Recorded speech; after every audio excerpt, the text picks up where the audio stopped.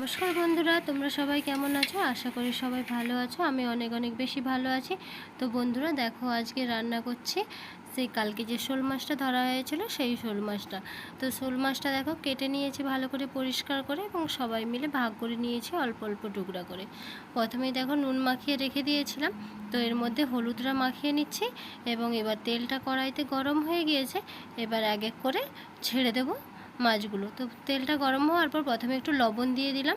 এই লবণ দিয়ে দিলে মাছটা ভেঙে যাওয়ার চান্সটা কম থাকে, তো ভাঙবে না। তো চলো এক এক করে মাছগুলো দিয়ে দেবো। এই দেখো একটা মাছ দিয়ে দিলাম, পিসগুলো এক এক করে দিয়ে দেবো, এক এক করে ভেজে নেব। সে দেখো বেঁকেই গিয়েছে, সে ছিল বাঁকা কাটার সময়, সে বেঁকে গিয়েছে। আর যেহেতু টাটকা মাছ দেখবে তোমরা একটু বেঁকে যায়। তো মাছগুলো দেখো এবার উল্টে পাল্টে ভেজে নেবো এক এক করে। দেখো উল্টে নিয়েছি, এক পিঠ ভাজা হয়ে গিয়েছে, আর এক পিঠ ভেজে নিচ্ছি। আর খুব যে একদম লাল করে ভাজবো তা নয়, এমনি তো এই মাছ খুব লাল হয় না, তারপরেও লাল করে ভাজবো না, টকে দিলে এমনিতেই মাছ শক্ত হয়ে যায়। তো চলো এই মাছগুলো ভাজা হয়ে গেছে, তুলে নেব।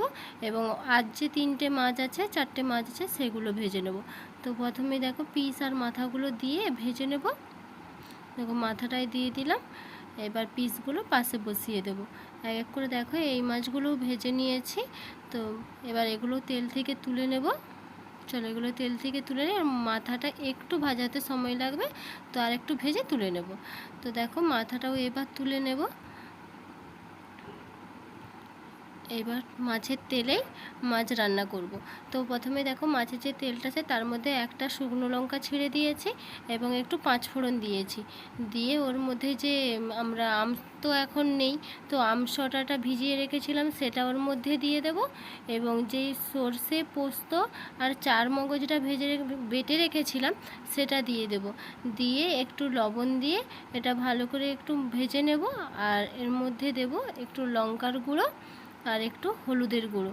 তো লঙ্কার গুঁড়োটা দিয়ে তেলের মধ্যে প্রথমেই দিয়ে দেবো, বেশি ঝাল যাতে না হয়। আর হলুদের গুঁড়োটা দিয়ে একটু জাস্ট মশলাটা কষিয়ে নেব। কষিয়ে নিয়ে তো এবার জল দিয়ে দেবো, আর পরিমাণ মতো লবণ দিয়ে দেবো জল দেওয়ার পর। এবার আর একটু জল দেবো, যেই মাংসটা ভেজানো টক জলটা ছিল সেই টক জলটা দিয়ে দেবো। দিয়ে লবণটা দিয়ে এবার একটু ফুটতে দেবো। তো চলো যতক্ষণ মাছের এই যে ঝোলটা ফুটছে ততক্ষণ আরেকটা কাজ করে নিই।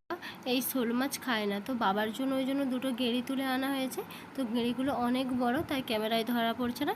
তো গেঁড়িগুলো প্রথমে ছাড়িয়ে নেব। এই সূঁচটা ভালো না, মোটা ভোঁতা, এতে গেঁড়ির মধ্যে সূঁচটা ফুটছে না। তো হাতের সেফটি পিন দিয়ে এক এক করে গেঁড়িগুলো ছাড়িয়ে নেব, না পারলে হাত দিয়েই ছাড়িয়ে নেব।